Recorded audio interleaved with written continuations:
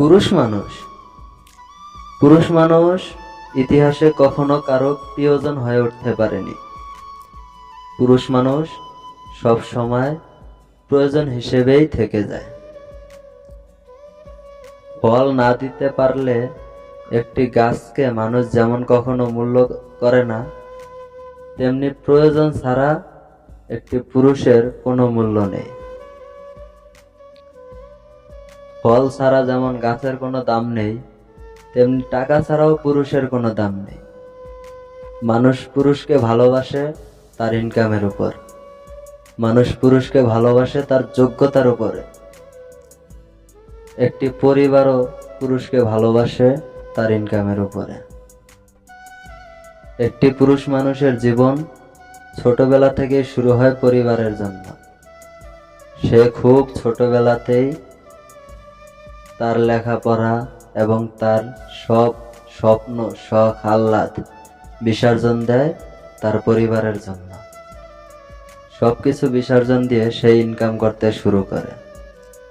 Income করতে করতে একটা সময় সে বড় হয় এবং তার পরিবারের প্রতি দায়িত্ব পালন করতে থাকে।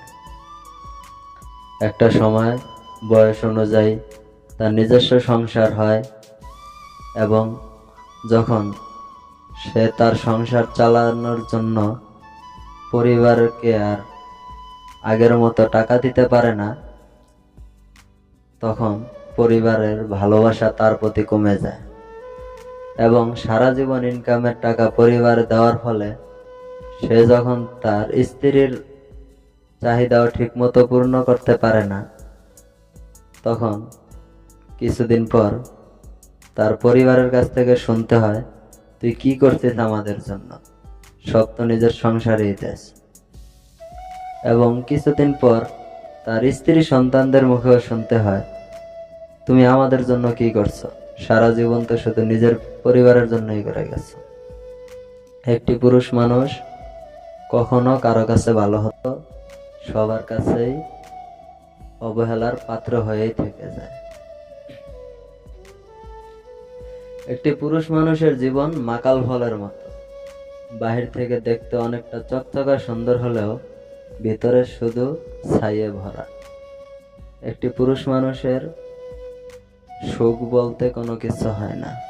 পুরুষ মানুষের নিজস্ব কোনো শখ হয় না। পুরুষ মানুষ বাঁচে, ছোটবেলা বাঁচে তার পরিবারের জন্য, মা বাবার জন্য, ছোট ভাই বোনদের জন্য, এবং বড় হয়ে বাঁচে তার স্ত্রী সন্তানদের জন্য। তবুও দিন শেষে পুরুষ মানুষকে একটি কথাই শুনতে হয়, সে কি করছে, সে তার জীবনে কি এরকম করছে, কি এমন অর্জন করছে। সবার কাছে একটা কথাই তার শুনতে হয়। সেই প্রশ্নের জবাব পুরুষ মানুষ কখনোই দিতে পারে না। এইভাবেই শেষ হয়ে যায় একটা পুরুষ মানুষের জীবন।